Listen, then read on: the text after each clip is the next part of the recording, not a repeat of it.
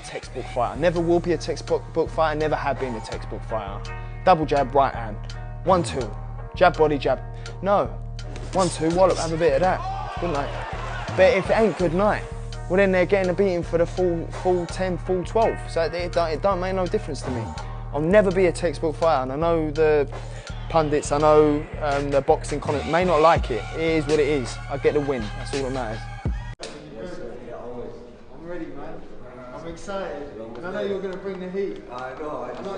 Yeah, man. I know you're going to bring the heat. I'm looking forward to it because it's my biggest challenge. Yeah, brother. You too, man. Well, here we are now, so. No, here we go. I've been asking for it. Yeah, so I've been calling for it. You're probably thinking, yo. Yeah, and I did listen. I said, you know what? Yeah, you get what you asked for. Now it's time. Let's go. Wicked, bro. You are tuned in to G5 Jeff TV. Hit the subscribe button, hit the like button, hit the share button as you come on in. Conor Benn versus Samuel Vargas. This is the official breakdown and prediction video. Main event, the zone, going down tomorrow night. Definitely looking forward to it. Now, for the people that's new to the channel, the official breakdown and prediction videos are legendary. You know what I'm saying? Been doing it for a long time. I'm pretty accurate when it comes down to this stuff. You know, around about 80%. You know, I think that's pretty high. You know what I'm saying? But we gonna get into this one. And Conor Benn, I like this matchup for Conor Benn. And I'm talking about fighter development from that aspect. Conor Benn is 17-0. He got a victory over Sebastian Formella in his last fight. Sebastian Formella was in the ring with Sean Porter, and Sean Porter went the distance with him. Now, Sean Porter could say all he wanted. He was, was working on things and things like that. But bottom line is Formella went, the distance with him. So that victory for Conor Benn was a good victory over Sebastian Formella just for that reason alone. And Formella is not garbage. Like, it's not garbage at all. So Conor Benn gets full credit for that victory. Now, Conor Benn is facing Samuel Vargas, and Samuel Vargas has been around the block. He's fought any and everybody, and he's 31-6. And Samuel Vargas, he is who he is. He's a solid fighter, but he's not a championship fighter. He's not a top 5 or a top 10 guy. Samuel Vargas is that guy you need to beat to find out where you at. You come against Samuel Vargas and you having an off night, Samuel Vargas is going to give you some trouble. He's going to give you some trouble. Solid fighter. Solid fighter. In terms of breaking down the ins and outs, the technical stuff with this fight, I'm interested to see how Samuel Vargas actually goes into this fight. Now, he's coming off of a loss to Virgil Ortiz, who is one of the hottest 147-pounders in the sport right now. And he held his own for a while, but he was clearly outclassed. He ended up getting stopped in that fight. Now, the thing with Conor Benn is he's completely different than Virgil Ortiz. He's a completely different fighter, and I'm talking about skill set.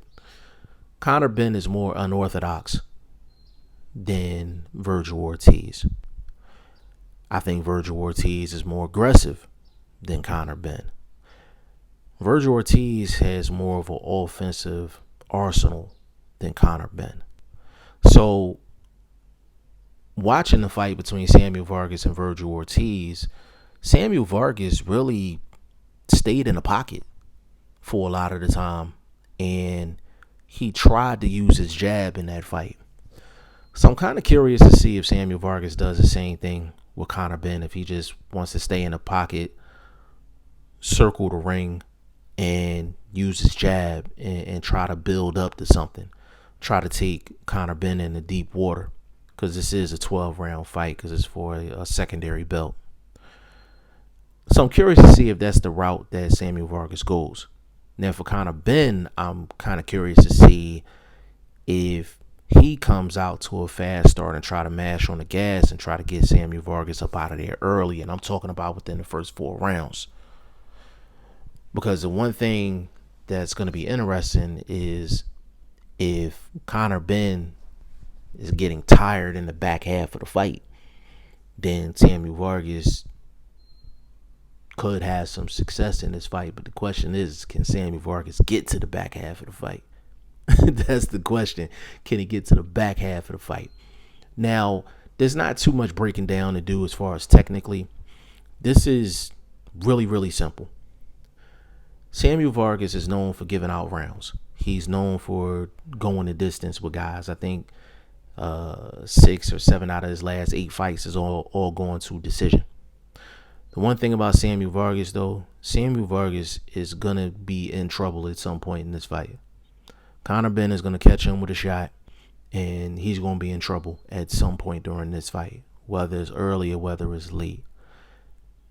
That moment is going to determine whether Conor Benn is going to get an early stoppage or a late stoppage. But Conor Benn is going to get the opportunity to get it. I guarantee it. Guarantee it.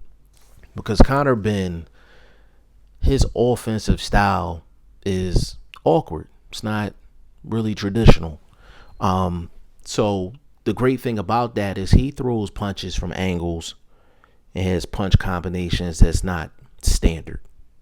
So in boxing, they always say that the hardest punch is the punch that you don't see. With Conor Benn's punch variety and his punch style, he has the ability to hit his opponent with a punch that they don't see because it's coming from an angle or a speed that just is not common. I can see that happening in this fight. Now, if I'm Samuel Vargas, I'm trying to drag Conor Benn deep.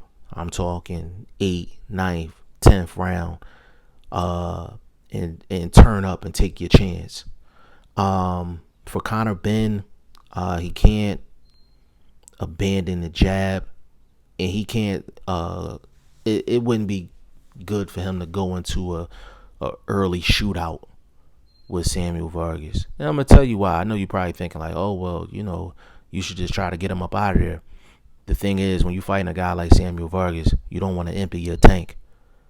You don't want to empty your tank in the first half of the fight because a veteran like that can give you trouble in the back half. So I think Conor Benn has to be very conscious of not wasting shots. Making every shot count. Make sure he goes to the body as well, because if he's going to go into deep water, he has to make sure that Samuel Vargas is feeling it as well. Doing the homework on this fight, it tells me, but my gut has had the final say, and my gut says that Conor Benn is going to get a stoppage in this fight. So I'm going Conor Benn stoppage round 8 in an entertaining fight, but I like Conor Benn stoppage round 8. Y'all let me know what y'all think in the comment section. G5 Jeff TV. Hit the subscribe button. Hit the like button. Please share this video. Support your boy. Support good content at all times. I appreciate y'all. Peace.